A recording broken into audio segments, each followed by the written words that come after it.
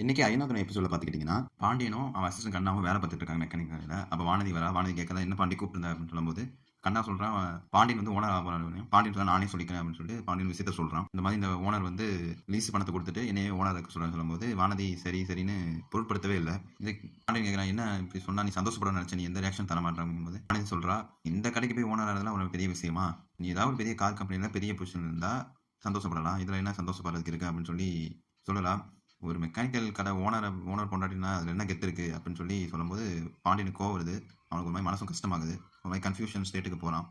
அதுக்கப்புறம் நிலாவோட ஆஃபீஸ காட்டுறாங்க. அப்ப நிலா தான் உள்ள வராங்க. அப்புறம் ராகவும் அங்க இருக்கான். அப்புறம் நிலாவும் ராகவும் அந்த கிளையன்ட் விஷயமா பேசிக்கிறாங்க. நான் சொல்றேன் அந்த கிளையன்ட்ட பத்தி எக்ஸ்பிளைன் பண்ணேன்னு சொல்லும்போது, ஒரு நிமிஷம் பொறுங்கன்னு சொல்லிட்டு ராகவ் வந்து காஃபி 2 பேத்துக்கு காஃபி எடுத்துட்டு வரான். பாக்குற நிலா, நீங்க எதுக்கு காஃபிலாம் எடுத்துட்டு வரீங்க? நம்ம பேசணும்ல அப்படின்னு சொல்லி காஃபி எடுத்துட்டு வரான். அப்புறம் பேசிட்டு இருக்கும்போது அவ வந்து இது என்ன பெர்ஃப்யூம் நல்லாவே இல்ல. நேத்து போட்டது நல்லா இருந்ததுன்னு சொல்லி சொல்றான். அந்த கூட வேலை பார்க்குற பொண்ணு பார்க்குறா இதெல்லாம் பேசுறத. அப்பதான் நிலாவே நோட் பண்றான். இந்த மாதிரி ராகவ் வந்து இந்த மாதிரி இது பண்றாங்கிறத.